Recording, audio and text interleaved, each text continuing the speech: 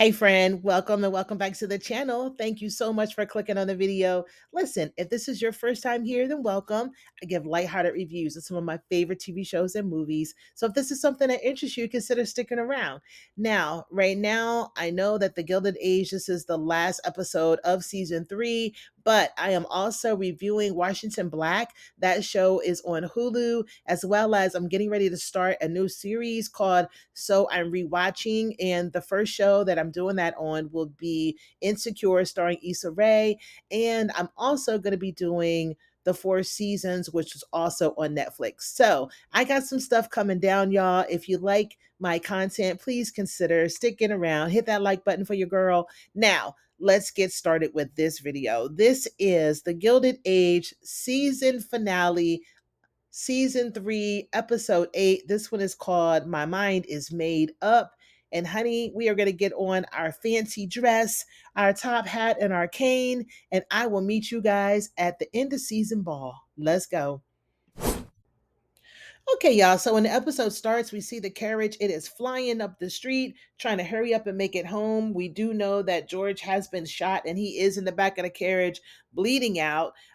They don't want to go to the doctor. They want to just hurry up and get him home. They want to try to keep this on the low. Not a lot of people need to know about this. Now, when they do pull up, we see banisters across the street, probably just having a smoke. It is in the middle of the night. He does see all the commotion and everything that's going on, so he runs across the street. They're bringing George in the house. Bannister does say, hey, look, there is a doctor over at our spot. However, he is a Negro. So anyway, Bertha's like, it doesn't matter. Just go get him. So he goes over, he gets Dr. Kirkland. We know that he was there seeing Peggy. They never did get to have their conversation at the time. So anyway, Dr. Kirkland comes back over, introduces himself, and he starts working on George, right? So George is not conscious, but he is still with us. We got Bertha, of course, she's just being there. She's in hysterics. We got the staff running around. They're getting ice water. They're getting clean towels. Everybody is all hands on deck trying to make sure that they do everything. Now, Marion does come over with Dr. Kirkland's bag, his medical bag, and then she's actually a great help in like pressing down to try to stop the bleeding. So shout out to her for helping out. Anyway, Dr. Kirkland is able to open up George and get the bullet out. He said the bullet did not explode in him, which was a good thing. Um, and so that was that on that. However, when he starts to do that, George goes into shock. His body starts to shake, and Bertha is just out of it. Like, please, Lord, what's going on with him? Please save him, save him. And then from there, we get the next scene, which is a quiet morning, and I'm like, oh no. Now we're over at the sister's house and we see Peggy. She's got some tea, and it's her and it's Bannister, and then Miss Bauer comes down and they let her know what happened. They're like, why you guys are up so early? And they're like, we've never been asleep. So everybody is slowly but surely starting to find out what happened with George. Now over across the street, we see that they're still cleaning up. George is still there in the foyer where they left him. It looks like Dr. Kirkland has performed a surgery and has stitched him up pretty good. And then in comes the doctor, the white doctor. So he comes in and, what are you doing? Talking to Dr. Kirkland. Where did you study from? So I guess he's got to like provide his entire resume to this doctor, before the doctor can give him any kind of props for helping saving George's life. But he does say, hey, if it wasn't for Dr. Kirkland, you probably wouldn't be here. So I guess that's good enough. Very scary situation, but we do still have George. He is still with us. We'll see what happens from there. All right, y'all. So, like I said, it is first thing in the morning after everything has gone down, and we see that Larry and Marion have a chance to talk. And Marion just starts to apologize to Larry about how she's been acting. And she says, listen, I had a conversation with Jack, and he told me that nothing happened, that you guys were together and y'all came home. And he's like, hey, that's what I was trying to tell you. So, if I'm telling you and you don't believe me when I tell you, now you're going to believe it when Jack tells you now everything is fine. Like, that's not cool, Marion. So he gets a little upset about it. He's like, listen, let's talk about this some other time. Maybe it's time for you to go. So she ends up going back to the house.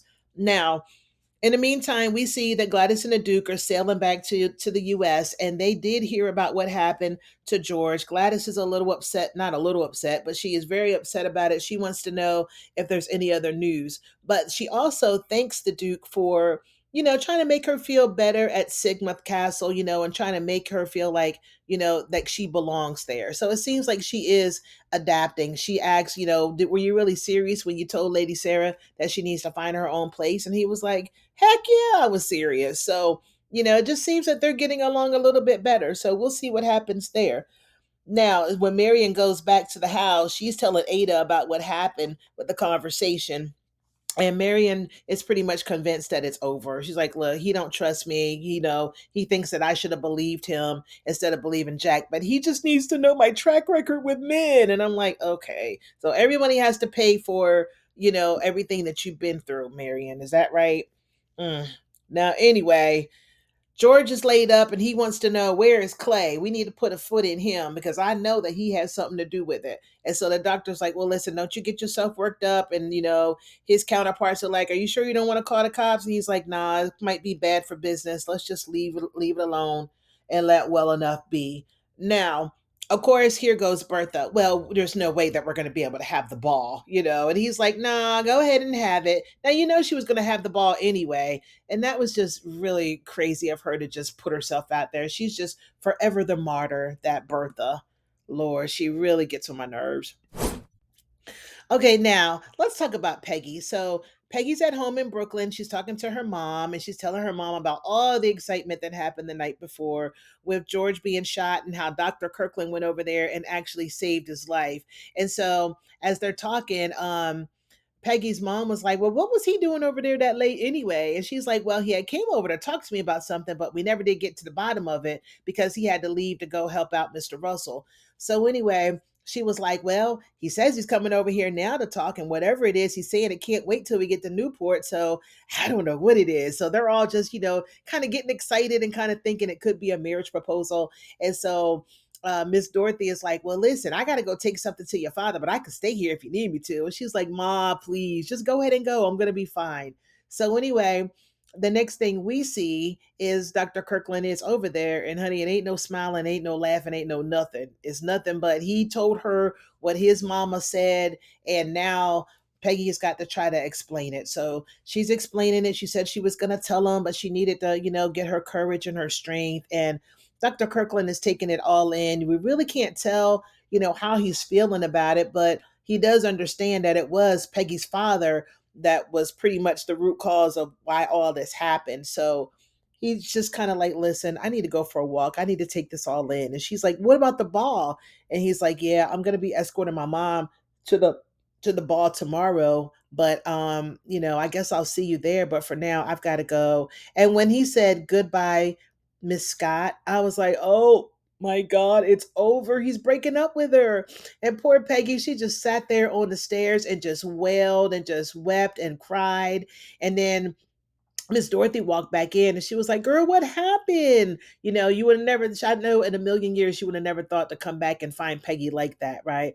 And so Peggy was just, saying about how Lady Elizabeth went and told all her business and probably put 20 on 10 with some of it. And now Dr. Kirkland just doesn't know.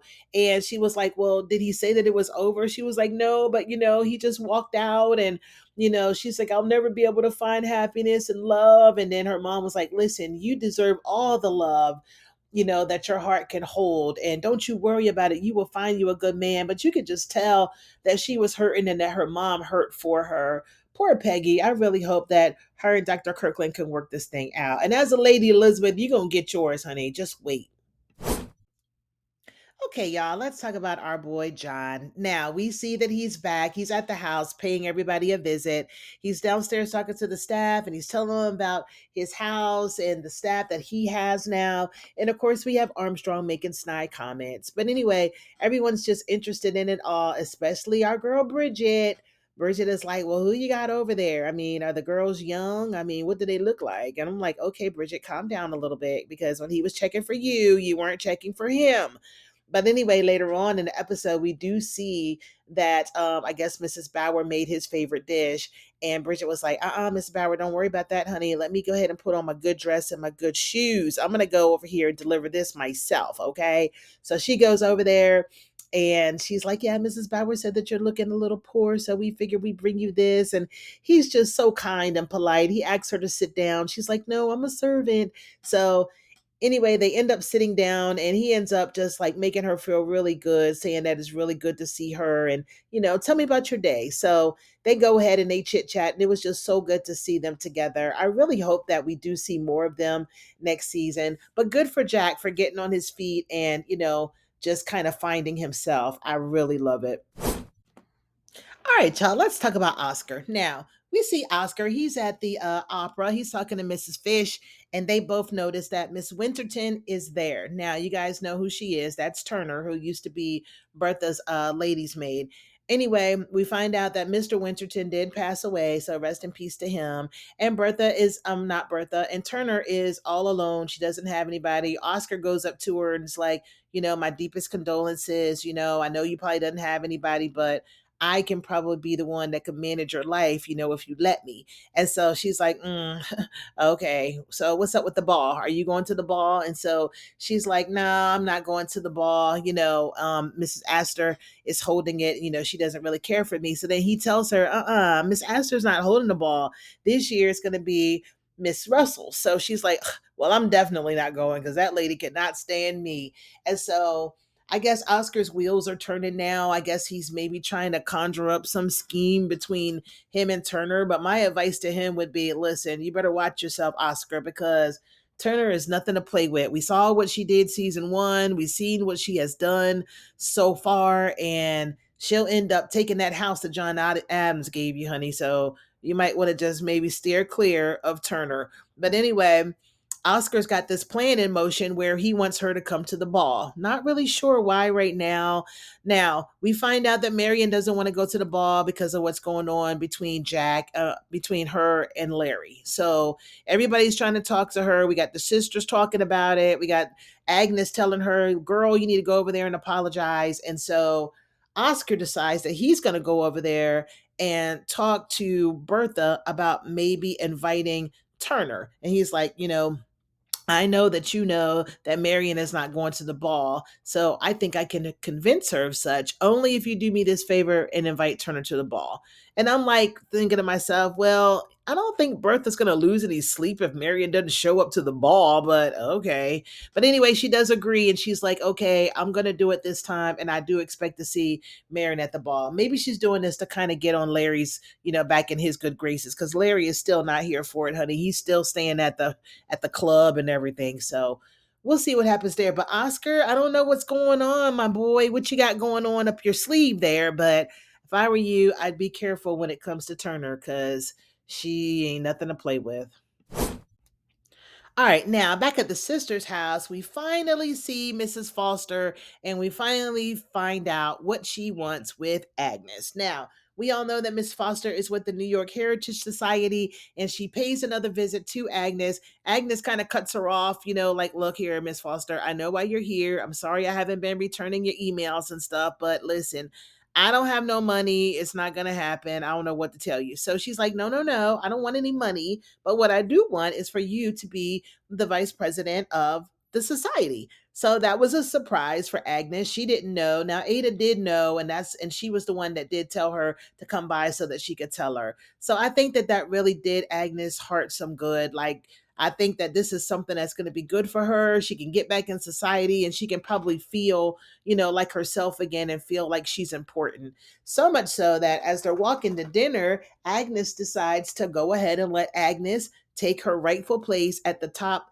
of the dinner table, and she's going to sit next to Marion. So I thought that was good. Good for her. And I hope that we see more of this storyline with Agnes being the vice president. I think it's going to be hilarious. Now, let's talk about over across the street. We see that not Peggy, that Gladys is off the boat, her and the Duke. We got Idlehide. She's running up. Oh my God, welcome back. I'm going to be your new lady's maid. And for Mrs. Bowles, hey girl, hey. here you go. Here is your ticket back to England, and we gave you a little something, something extra. But you are no longer, your services are no longer needed because Idlehyde is back as Gladys's lady's maid.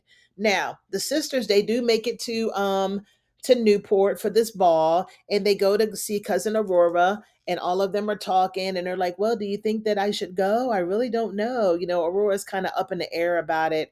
But she is delighted that she is given the opportunity to at least go. I think she feels like if Miss Astor was still involved in it, then she definitely for sure would not have been invited. So even with that, Ada's like, hey, I think we can all do it. We can all just put on our big girl panties and let's go to this ball. So now Marion has decided that she is in fact going to the ball. Everybody is going. Not sure about Agnes because she was like, girl, I don't know. But I think Agnes is going to go as well. So everybody is getting ready for the ball, y'all. All right, now speaking of balls, let's talk about Peggy and Miss Dorothy. They do arrive in Newport to Athena's, and Peggy is just not feeling it. She wants to go lay down, and so they're just going to bring her dress back because she doesn't want to go for the fitting. Now, when they get to the dress shop, they're minding their business, and I'm telling you, Dorothy had on a beautiful gown. I absolutely loved her dress. But who should walk in but Lady Elizabeth and her mess? Now, keep in mind, she had no business at the dress shop. She actually saw them through the window and actually had the carriage pull over so she could go in to talk her mess. So she goes in there and she's just like, oh, I didn't expect to see you at the ball. And oh, was that Peggy's dress? I didn't think that Peggy was going to be here. And so Dorothy was like, well, why not? Why wouldn't we? That's what we do. My husband has made a donation, and let me tell you something. If your son changed his mind, well, then good riddance, because he wasn't good enough for my daughter in the first place. And as for you, we are not from Newport, honey, so don't get it twisted. We are from Brooklyn, okay? So after that, after she done stirred up all that, she decides, well, I have got to go. I'm being honored at another event later. And I'm like, lady, take you and go ahead out. And it's so hard to be mad at Felicia Rashad. And let me just say, absolutely I love to see these two actresses just go for it, man. I mean, just top quality acting, and I just loved it. But Lady Elizabeth, you need to get somewhere and sit down, honey. You're doing way too much. Way too much. All right, now speaking of Dr. Kirkland, we see that he does pay a visit to George. And George is like, listen, man, I'm so grateful for you for saving my life. I did hear that had it not been for you, I may not be here right now. So thank you so much. And hey, I want to go ahead and give you this check as a token of my appreciation. So he hands in a check. At first, Dr. Kirkland's like, no, man, I can't take that. But he's like, listen, had it gone another way, you might not even be here right now because Lord knows what would have happened, in that circumstance had I not made it. So thank you so much. So Dr. Kirkland does end up taking the check. Now, back in Newport, we see that he's there with his parents, and Lady Elizabeth, she's still up to her same old stuff. She's, oh my God, congratulations, son. You saved the white man's life and you got a big bonus. La la la. Anyway, it's time for them to go to the ball. And Dr. Kirkland is like, yeah, I'm not going to that. And so she's like, oh, son, why are you not going? This is a family event. Now, come to find out, we hear that Lady Elizabeth has been spreading Peggy's business all around town, right? Now, the father is just so upset with her about that. Like, listen, you have done way too much. Now, you're spreading this woman's business around. You are really hurting her. And so she's like, are you gonna take her side over your own wife's side? And he's like, listen, you are not above reproach. And this would have been settled had you let them work it out and not stuck your nose where it didn't belong. Now, calamity and heartbreak always ends up with you, and it stops right now. Now go get in the carriage and I will be out there in a minute. So she leaves the room, she goes and gets in the carriage. And so he tells his son, Dr. Kirkland, he's like, listen, son, the Lord has already ordered your steps, right? You just need to figure out what you want to do and just go do it. So Dr. Kirkland is just like, well, I just don't even know like which way I need to go. Like, so he's still a little bit uncertain about Peggy and if it's the right decision. But, his father's just like, it'll come to you, son. Just, trust in the Lord and it'll be okay. So we don't know if he's going to end up at the ball or not, but we will see. Hopefully he shows up.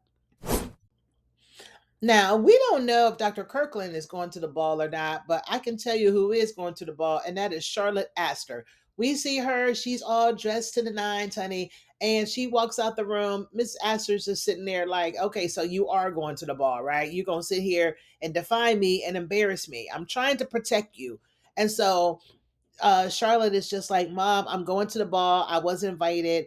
And she's like, listen, you're gonna be an embarrassment to all the little ladies that are there. And I just don't want you to go to the ball. And she's like, well, so sorry, too bad I'm going. So she does end up going to the ball and leaving Mrs. Astor there by herself. Now, back over at the other ball, the black ball, we'll just say the Kirkland's ball. So back over at the Kirkland's ball, we see that everybody has arrived and everyone just looks so beautiful. We see Peggy and the Scotts, they're all there. And Peggy is telling her mama, like, Mom, I really shouldn't have come tonight. And she's like, nonsense, girl, you look fine. Let's just go and try to have a good time.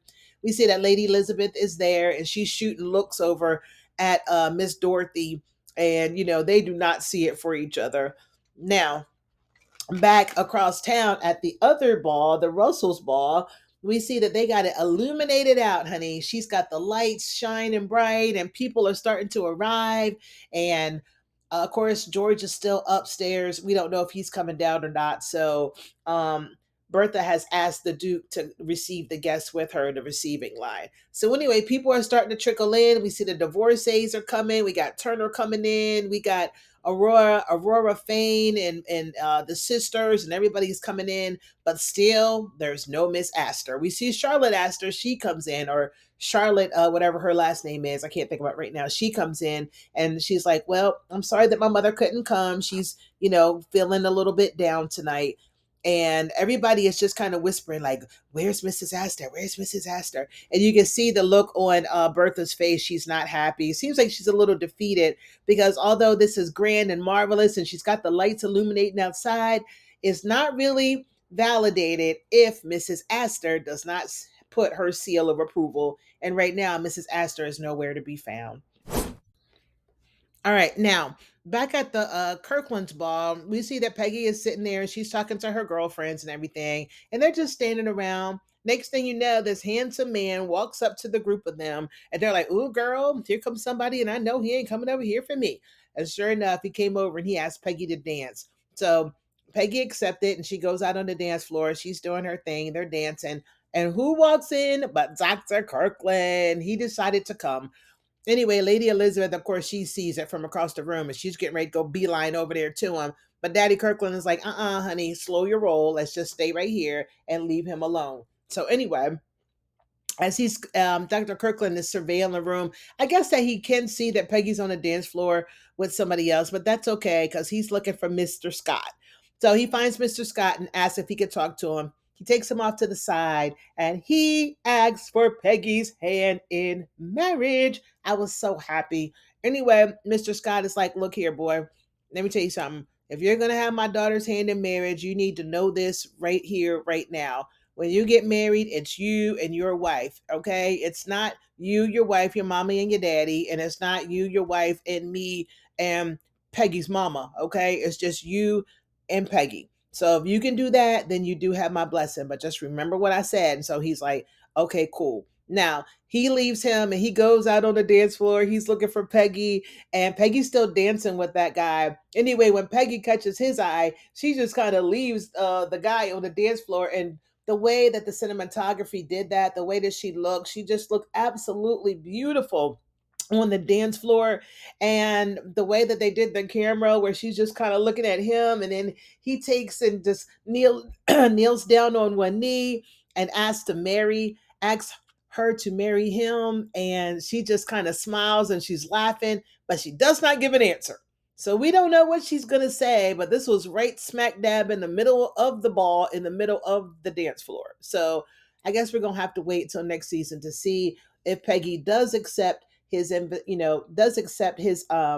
wedding proposal or his marriage proposal, or not. Is Lady Elizabeth too much? Does she feel like, the juice is not worth the squeeze on this thing? I don't know, but we'll see. I hope she says yes. But that was great. Now, back over at the Russell's ball, just when we think that Mrs. Astor is not going to show up, honey, she shows up. She makes an interest looking absolutely beautiful. She's got all the diamonds, she's got the beautiful dress, and she walks. They do an introduction, and everybody is just standing by. And when she walks in, they're like, oh my God, she came, Mrs. Astor came. So when she came, she walks to the back where everybody is meeting, and you can see the lights illuminating. And Charlotte actually walks up to her and says, wow, I can't believe that you came. And she has a really sweet moment with her daughter. And she says, listen, the situation is the embarrassment, but you're never an embarrassment to me. And I thought that was very sweet for Mrs. Astor to see that. I think this is probably one of the only times that I've seen her actually be kind and show kindness to her kid, let alone anybody for that matter. So that was good for Mrs. Astor. Anyway, it's time for the ball to start. The ball is starting. We can see that Oscar is trying to put his plan in motion with Turner, talking about, listen, you got your spot out in the country. I got my spot. How about we just do our thing when we're, out in the country, but when we're in the city, we're together. So Turner does agree to it. So we'll see what happens next season with that. I think that Oscar is barking up the wrong tree, honey. But anyway, we see that Larry goes in to check on George. He did get dressed and he's in there drinking. I don't know if he should be drinking at this point, but I guess anything to kind of heal the pain. Anyway, he's like, hey, are you up for this? And he's like, yep, I am. All right, let's go. So they go out. He makes his presence out to the ball and everything like that. But honey, later on at night when it's all said and done, how about he's packing up and getting ready to go back to New York. And she's like, what are you doing? You're going back to New York. We had such a good time. And he's like, yeah, but I hope you didn't think that this changes anything. Like I told you that I'm upset with you, but the way that you did with Gladys. And because during the ball they're looking and they can see that Gladys is truly happy. She's on the dance floor and she's laughing and just so giddy and having just the time of her life. It's the happiest that we've ever seen Gladys. And so she's like, you saw her tonight, she was happy. He was like, yeah, but that still doesn't take away the fact of what you did and how what you did to get her there. And she's like, yeah, but you walked her down the aisle. And I'm thinking to myself, okay, Bertha, yes, he did, but he didn't have to do all of that had you not put it in motion last season at the Met Ball. You were the one who kind of sold her out to the Duke just to make sure that he came to the ball. So don't do that, Bertha. Like, no. Anyway, George is like, nope, I'm out of here. We'll talk about this later. So he just ups and just leaves her there, and she's just so distraught. Now, also at the Russell's ball, I forgot to mention that Larry and Marion did get a chance to talk. So I think that they are, trying to find their way back to each other. So I hope that they can work it out and we'll see what happens with them next season. But at the end of the night, as soon as George left and said, hey, look, I'm out of here comes Gladys. Mother, where's father? I got some exciting news. We were going to wait, but we just wanted to tell you. Well, what's up, Gladys? What's up with you? I'm pregnant. So, Lord have mercy, Gladys done went over there and got pregnant by the Duke. So Bertha can't even like just be happy for this news right now because she about to fall out because of the fact that George went back to the city. But anyway, she's like, well, where's father? Can you try to catch him? And so she goes out and looks out the window and sees him pulling off, and that's how the episode went off. So Lord, there's so much to talk about for next season. What's going to happen? Gladys is going to have a baby. I wonder if it's going to be a boy. Then we don't know what the fate is of the Russells. Are they going to get back together or not? Then we got Peggy. Is she going to say yes? What's going to happen? I do not know. Oscar, you better run, honey. Run away from Turner because I really feel like you met your match with her. If you thought Ma Beaton did you in, you just wait till you get with Turner. But honey, that was the Gilded Age. What a great, great, great third season. I cannot wait for the season to start again next year. But I hope you guys enjoyed this. Let me know what y'all thought about it in the comments, and I will see you guys the next time we do it. Until then, bye, y'all.